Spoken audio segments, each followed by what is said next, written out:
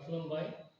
बासुगाव दख'रा दुलाराय बर' फरायसा आफादनि जानानै दिनैनि नैबे ससियेल मिडियानि गेजेरजों खावलायहरनो सानदोंदि फैगौ जि फुजानि मुङै खेला होनाय जेरै सोरखि खेला, दावदै खेला, लोगोसे हांसो खेला, लोगोसे जौ जुवा आरो बायदि रोखोमनि खेलाफोर जाय बिथांमोना होनो सानदों जाहाथे बन्द' खालामो।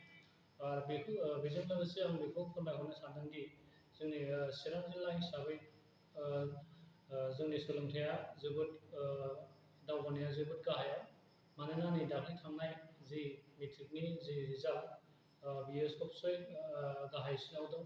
आरो लोगोसे समाजारि बिथिं हिसाबै चिरां जिल्ला हिसाबै समाजारि बिथिङावबो नोजोर बोनानै नायोबा जोबोद दुखुनांथाव बाथ्रा।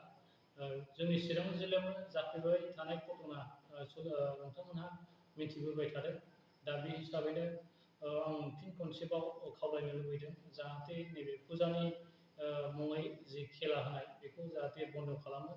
आरो लोगोसे आं बेखौबो खावलायनो लुबैदों जे जोंनि माबायाव मा होनो फुजानि जाय कमिटि बिथांमोनहा जाहाथे फुजानि मुङै खेला होनायखौ बन्द' खालामो। आरो लोगोसे ओनसोलनि रायजो राजा आरो मेलेमजिबि बिथांमोनाबो सानै हयै जाहाथे नोजोर बोनानै बैफोर खेलाखौ बन्द' खालामो आं बेखौ खावलायनाय थाबाय।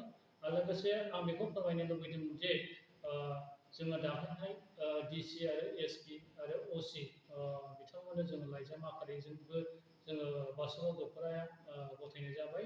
आरो लोगोसे दानि जि गथ'फोरनि आन्जाद बेबो सोलिगासिनो। बेनि थाखायनो आं फिन खनसेबाव बासुगाव दख'रा दुलाराय बर' फरायसा आफादनि जानानै नैबे फुजा मेलानि नामै खेला होनायखौ जाहाथे बन्द' खालामो आं बेखौ